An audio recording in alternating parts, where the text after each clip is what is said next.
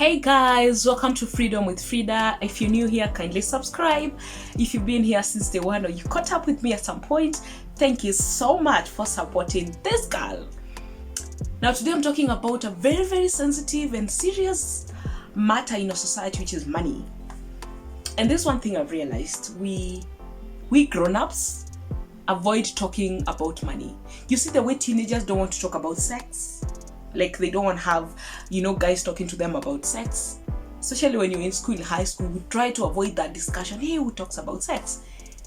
Grown-ups avoid money discussions, which I think it's really not a good thing, because we work every day to get money. We walk around trying to make businesses for money.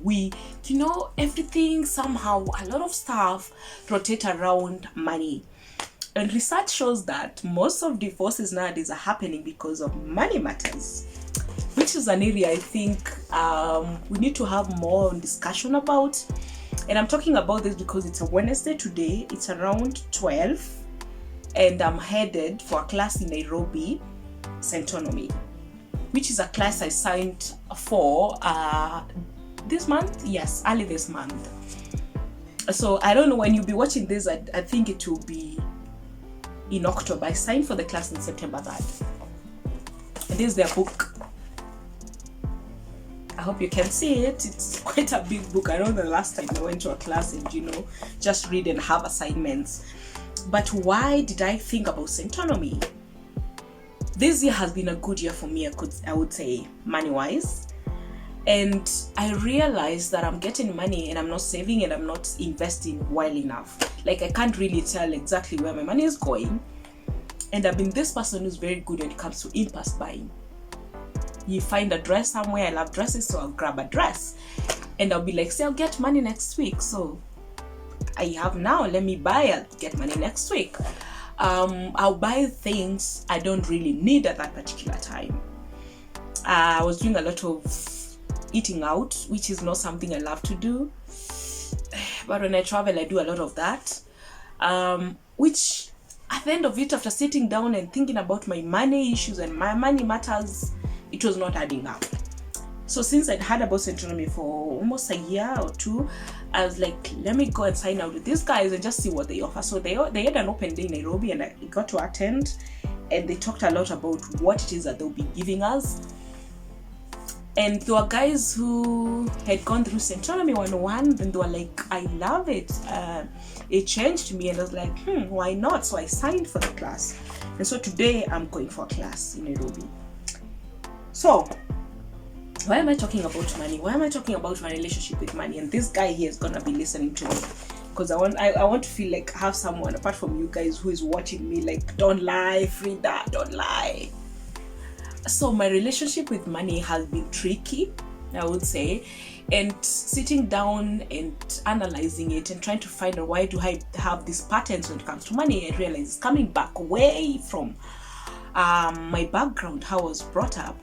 So my dad, my mom were working, and my dad would, those 90s, the early 90s, when I was very young, my dad would definitely go to its end month. So my dad would travel to the big town and come with some goodies because it's end month, so there's money. You'd come with good stuff, good food, sausages, chips, name them. Then sausages was a big deal, so it'd come with them. Not like today's guys think chips and sausages are everywhere. No guys, those things we used to value them when we were kids. So my dad would come with sausages and a few dresses and would be excited about that. So I realized there was this pattern of it's end month, so there's money, so let's spend. Okay, so it's end month, there's money, let's get the things we love to get. Let's get the food we want to eat, so that thing somehow I carried along, and consciously I carried that pattern with me. So there's money, so Frida, let's spend. What can you buy? And actually this happens, like if I get even an M-Pesa, when money comes in, the thing that comes to my mind is not saving. What comes in my mind is, what do I need right now? What do I need to buy? Where should I run? What outfit should I be getting? That's how my mind was wired up unconsciously. So I have had that relationship with money, which is not a good one. And so I wanted to change that mindset and just get to a point where I can save where I can invest wisely and think about 10 years from now, because I realized also that kind of relationship was getting me to a point where I'm thinking about it's end month. It's end month, let's spend money. It's end month, Monday coming. Money will come after 4 weeks. Money will come after 4 weeks. So thinking about 10 years, thinking about 20 years from now, thinking about 15 years from now was not something that was wired in me. And unconsciously, I carried that pattern. So I really wanted to change that pattern, and I can guarantee you it's changing, because one thing I'm proud of myself, and thank you to Centonomy, is, and this video is not sponsored by the way, I have been able to change the impulse buying part of me, which was a big deal. Like, you see how you walk in town Nairobi at night and there are things on the streets, there are shoes, there are dresses, they're selling tops, they are doing cheap prices. You think it's cheap. That was me. I would grab them, grab this, and I realized I have a lot of clothes I'm not wearing, because I bought because it was 200 bob. I bought because it was 500 bob. I got a shoe because it was 500 bob. Am I wearing it? No. So is it necessary? No. Is it important? No. So I really thought I really needed to change my money matters. I need to change my money patterns and think differently, because at the end of it all, what we need to change is here. Because it doesn't matter how much you earn, it matters how much you save, it matters how much you invest. And this is something I grabbed from the class, which has been great help for me. If you cannot account for your 5 bob in your 10 bob, if you have 10 bob and you cannot account for your 5 bob, then when you have $1 million, you'll not be able to account for your 500,000. It makes a lot of sense. A lot of sense.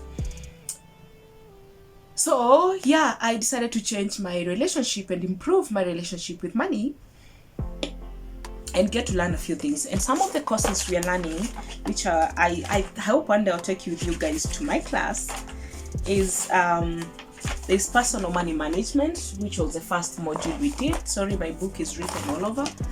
Then there was, which was an interesting topic, which got me really thinking good, which was an area I was really failing in my life, is time value of money. Time value of money. Like, being able to think about money and time. Okay, let me give you an example.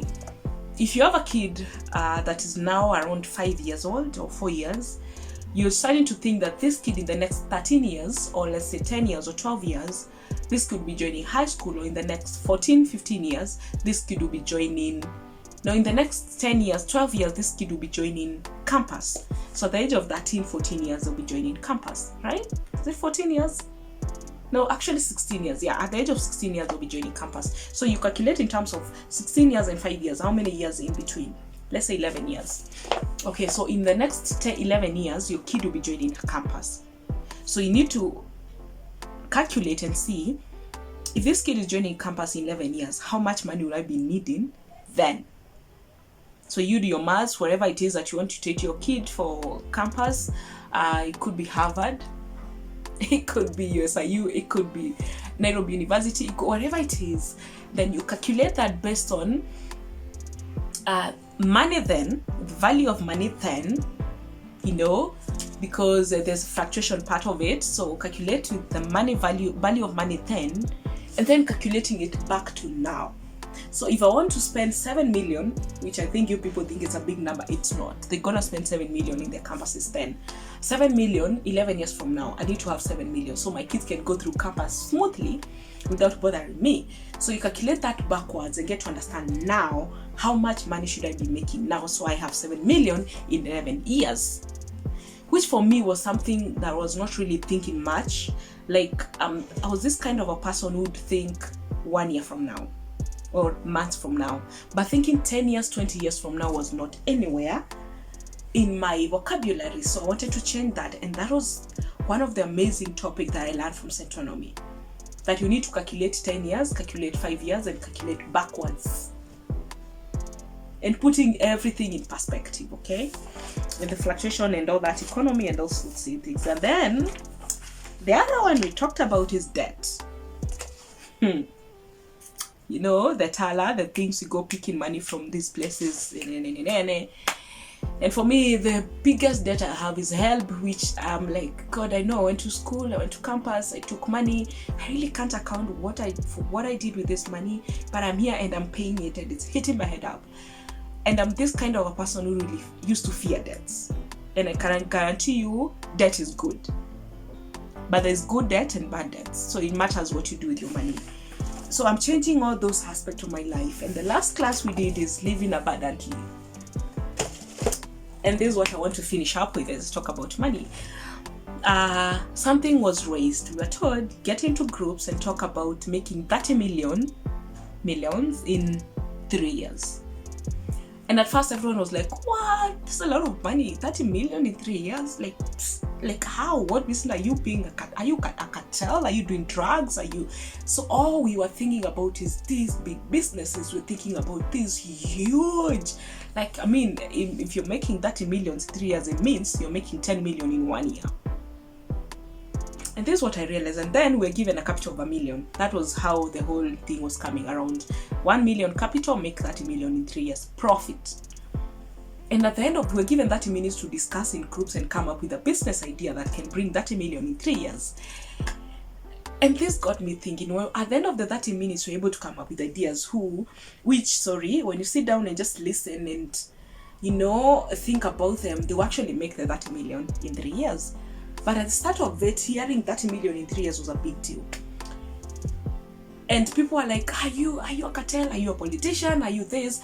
And I put this question on my status, like, guys, tell me, what business can you do in 3 years to make 30 million? And this is the interesting part. A few guys, around 3 guys, were able to give me answers of businesses they could do. Now, so many other responses I got were like, which business is that? Kwani are you this billionaire? Kwani, what business are you doing? Are you doing drugs? So the next question I'll ask these guys is, do you believe there are guys who are making, because if you're making 10 million in 1 year, it means you're making 28,000 in a day. And that's how you calculate to be able to now to understand how much of a magnitude that money is. So 28,000 in a day. So I would ask them, do you think there's a business that is making 28,000 in a day? And they're like, yes. Okay. Do you think there's someone who's actually making more than 28, making even $1 million in a day, 500,000 in a day? They're like, yes. So why is it that it's so hard to understand that? It's very easy for you to say there's someone making that money, so meaning it's doable. But you don't imagine it being you. Does that make sense? Like, it's very easy to say, some flani anafanya business inamleteanga this amount of money in a day, and you're okay with it. But when you're given an assignment to think of a business idea that will bring you that money, it does not make sense just because it's you. And I realized we've gotten to a point where we think so well of other people when it comes to money. Like, ni masongo, they make money, we at a drive, what about you? Why don't you change your thinking about money so you can make the money that you want and create that wealth and be able to live abundantly? So that's my money journey right now. I'm thinking positively about my money. I'm trying to learn more about money because, guys, no one taught us about money. No one taught us how to save. No one taught us that you're going to make this money. You need to keep this. You need to invest this. No one. We went to school and that very crucial lesson was never taught. So if you want to do something and change your mindset about money, maybe you could sign for Centonomy, or there are other places I think you can do that, but Centonomy for me is working, and I'm thinking differently when it comes to money, which at the end of it all, it is not how much money you make, it is not what you get, it is what you think and what you do with what you have. So I hope one day I'll take you along with me for this class and just give you a few tips. Okay? Thank you for stopping by. If you haven't subscribed, kindly do. Until next time, bye.